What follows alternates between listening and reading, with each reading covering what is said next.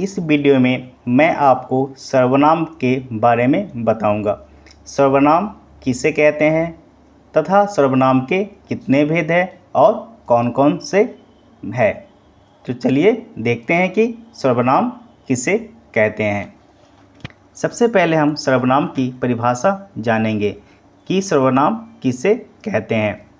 जो शब्द संज्ञा के स्थान पर प्रयोग किए जाते हैं या प्रयुक्त होते हैं उससे हम सर्वनाम कहते हैं। यानी कि जो शब्द संज्ञा के स्थान पर प्रयोग किए जाते हैं उस शब्द को सर्वनाम कहते हैं। जैसे वह, मैं, कौन आदि। यानी कि जो शब्द संज्ञा के स्थान पर प्रयोग किए जाते हैं या प्रयोग में लाए जाते हैं उस शब्द को हम सर्वनाम कहते हैं। इसके उदाहरण वह, मैं, कौन आदि। सर्वनाम के भेद की बात करें तो सर्वनाम के 6 भेद हमें देखने को मिलते हैं। सर्वनाम के कितने भेद हैं? तो सर्वनाम के 6 भेद हैं। पहले नंबर पर पुरुषवाचक सर्वनाम, दूसरे नंबर पर निश्चयवाचक सर्वनाम, तीसरे नंबर पर अनिश्चयवाचक सर्वनाम, चौथे नंबर पर संबंधवाचक सर्वनाम, पाँचवें नंबर पर प्रश्नवाचक सर्वनाम, छठे नंबर पर निजवाचक सर्वनाम।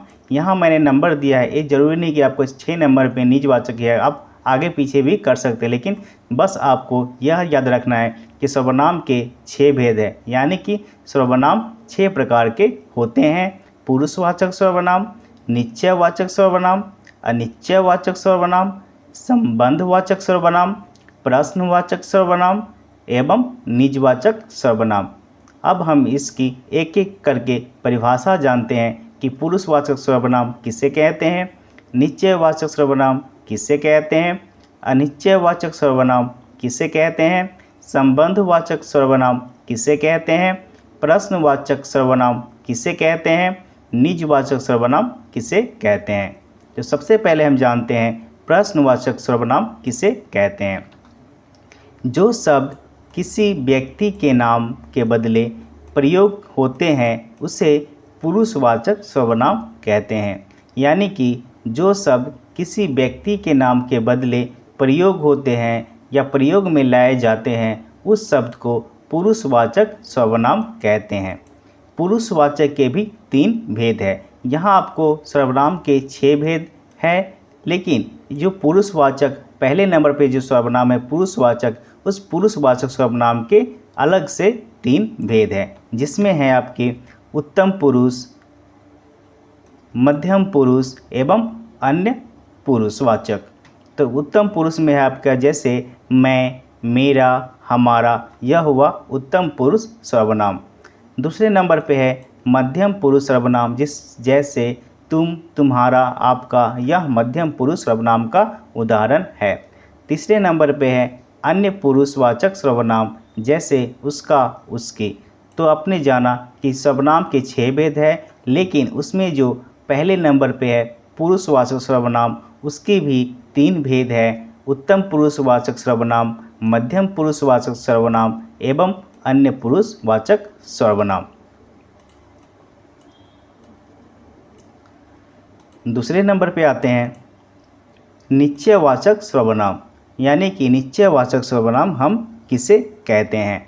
जो सर्वनाम शब्द दूर या पास की वस्तुओं या व्यक्ति का बोध कराती है उसे निश्चयवाचक सर्वनाम कहते हैं। निश्चय से ही हमें यह देखने को मिल जाता है कि यानी निश्चय ही है, कहीं पे कोई चीज़ है, वस्तु है, स्थान है, वह मतलब परमानेंट वहाँ पे है ही, वह कहीं जा नहीं सकता, मतलब वहाँ है ही। जैसे मैं बोल रहा हूँ कि स्टेशन के पास एक दुकान है, तो वह दुकान अभी वहाँ पे है, तभी मैं उसे बोल रहा हूँ।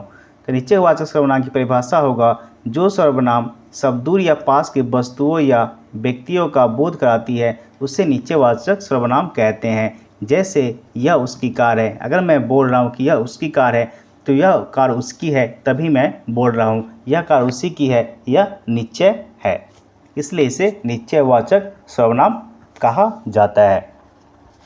तीसरे नंबर पे आते हैं अनिश्चयवाचक सर्वनाम। तो आपने निश्चय का मतलब ही समझ गया होगा। अनिश्चय का मतलब इसकी कोई गारंटी नहीं, हो भी सकती है, कोई भी हो सकता है, नहीं भी हो सकता है, इसलिए इसे अनिश्चयवाचक सर्वनाम कहते हैं।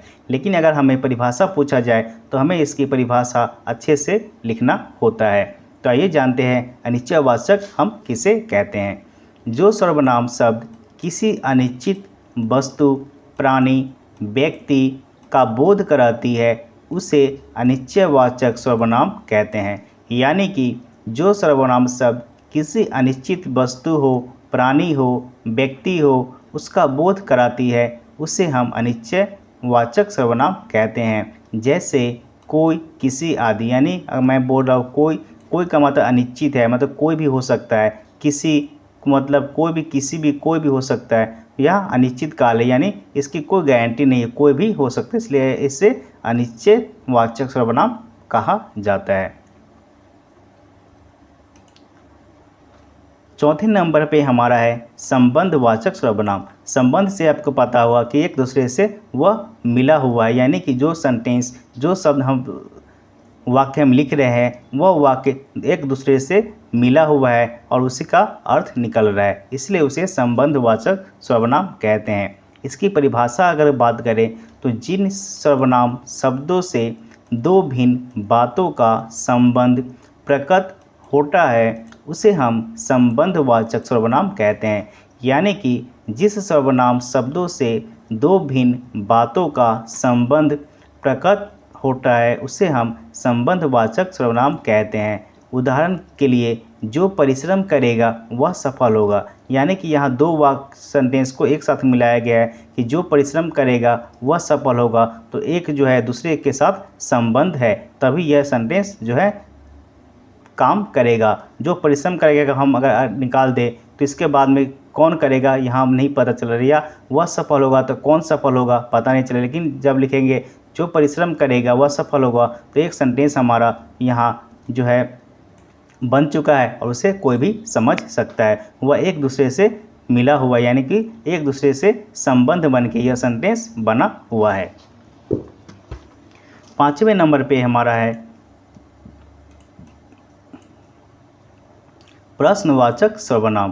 प्रश्नवाचक सर्वनाम किसे कहते हैं? प्रश्न से आपको पता चलता है कि कोई अगर प्रश्न पूछ रहा है, यानी कि क्वेश्चन मार्क है जिस भी सेंटेंस में, जिस भी शब्द में, जिस भी वाक्य में, उसे हम प्रश्नवाचक सर्वनाम कहते हैं। लेकिन इसकी परिभाषा अगर लिखना हो तो हम अच्छे से लिखना पड़ेगा हमें। जिस सर्वनाम शब्दों का प्रयोग प्रश्न पूछने के लिए किया जाता है उसे प्रश्नवाचक सर्वनाम कहते हैं। सीधी भाषा में जिस सर्वनाम शब्दों का प्रयोग प्रश्न पूछने के लिए किया जाता है उसे प्रश्नवाचक संज्ञा कहते हैं। यानी कि कोई भी सेंटेंस में आपका लास्ट में क्वेश्चन मार्क आए उसे प्रश्नवाचक सर्वनाम कहते हैं। जैसे किसका पत्र आया, यह एक प्रश्न है, यहाँ प्रश्न मार्क का चिन्ह भी मैंने लगा दिया है कि यह किसका पत्र आया, या यह कौन है, यह भी एक क्वेश्चन मार्क, वह कौन था, यह भी एक क्वेश्चन मार्क। जिस भी क्वेश्चन मार्क आ गया वह प्रश्नवाचक सर्वनाम होता है।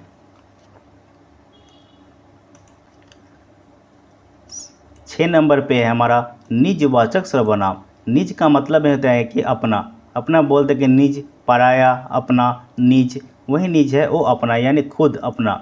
इसके परिभाषा जिन सर्वनाम शब्दों का प्रयोग अपने आप या स्वयं के लिए किया जाता है उसे निजवाचक सर्वनाम कहते हैं।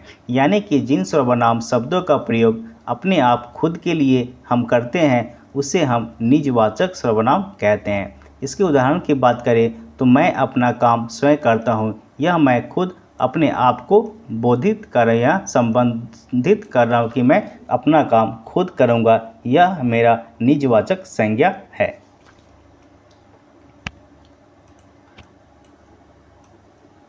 तो आज आपने देखा कि सर्वनाम किसे कहते हैं, सर्वनाम की परिभाषा क्या है एवं सर्वनाम के भेद कितने, सर्वनाम किसे कहते हैं। जो शब्द संज्ञा के स्थान पर प्रयोग किए जाते हैं उसे हम सर्वनाम कहते हैं। सर्वनाम के कितने भेद है या सर्वनाम कितने प्रकार के हैं, तो सर्वनाम 6 प्रकार के हैं। पुरुषवाचक सर्वनाम, निश्चयवाचक सर्वनाम, अनिश्चयवाचक सर्वनाम, संबंधवाचक सर्वनाम, प्रश्नवाचक सर्वनाम, निजवाचक सर्वनाम, यानी कि 6 प्रकार के हमें सर्वनाम देखने को मिलते हैं और सबकी अलग अलग जो है परिभाषा है और उदाहरण है। यहाँ मैंने आपको परिभाषा उदाहरण अच्छे से समझा दिया है। तो आज आपने देखा कि सर्वनाम किसे कहते हैं एवं सर्वनाम कितने प्रकार के होते हैं और उसकी परिभाषा एवं उदाहरण।